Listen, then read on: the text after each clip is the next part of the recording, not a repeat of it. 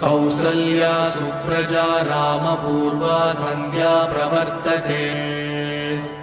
उत्तिष्ठ नरशार्दूल कर्तव्यं दैवमात्मिकम् कौसल्या सुप्रजा रामपूर्वा सन्ध्या प्रवर्तते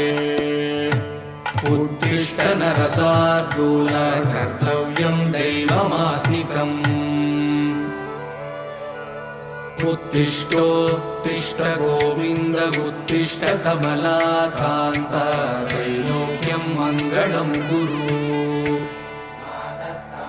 मातः समस्तजगतां मधुकैटभारेः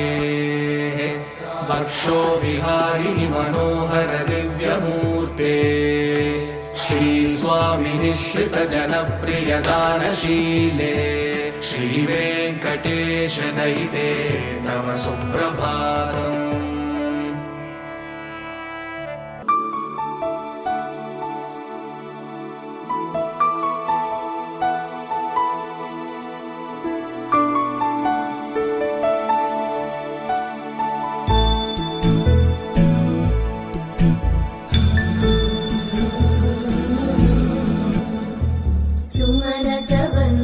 सुन्दरि माधवी चन्द्र सहोदरि हेममयी मुनिगणवन्दित मोक्षप्रदायिनि मञ्जुळवासिनि वेदनुते पङ्कजवासिनि देव सुपूजित सद्गुणवर्षिणि शान्तियुते जय जय हे मधुसूदन कामिनि आदिलक्ष्मि जय पालय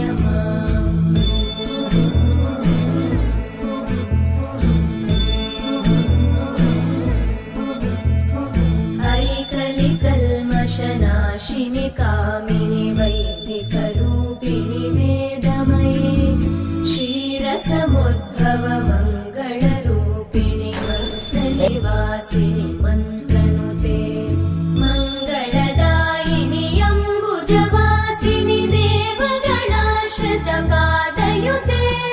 जय जय हे मधुसूदन कामिनि धान्यलक्ष्मि जय पालय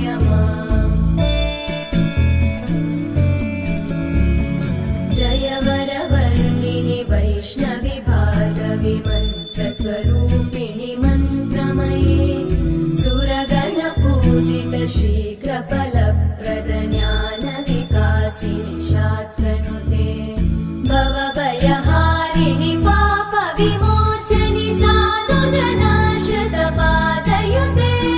जय जय हे मधुसूदन कामिनि धैर्यलक्ष्मि जय पालय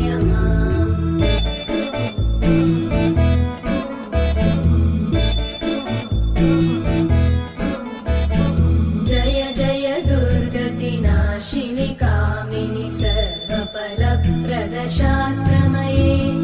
रथगजतुरगपदादि समानुत परिजनमण्डित लोकनुते हरिहर ब्रह्म सुपूजित सेवित तापनिवारिणि पादयुते जय जय हे मधुसूदन कामिनि श्रीगजलक्ष्मी पालय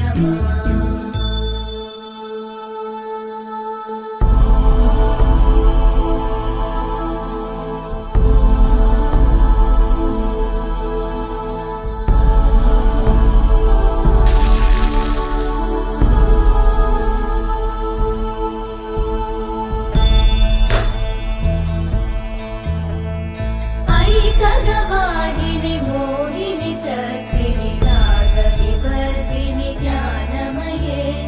गुणगणवारिधि लोकहितैषिणि सप्तस्वरवरगाननुते सकल सुरासुर देव मुनीश्वर मानव वन्दित पादयुते जय जय हे मधुसूदन कामिनि सन्तान लक्ष्मी पालय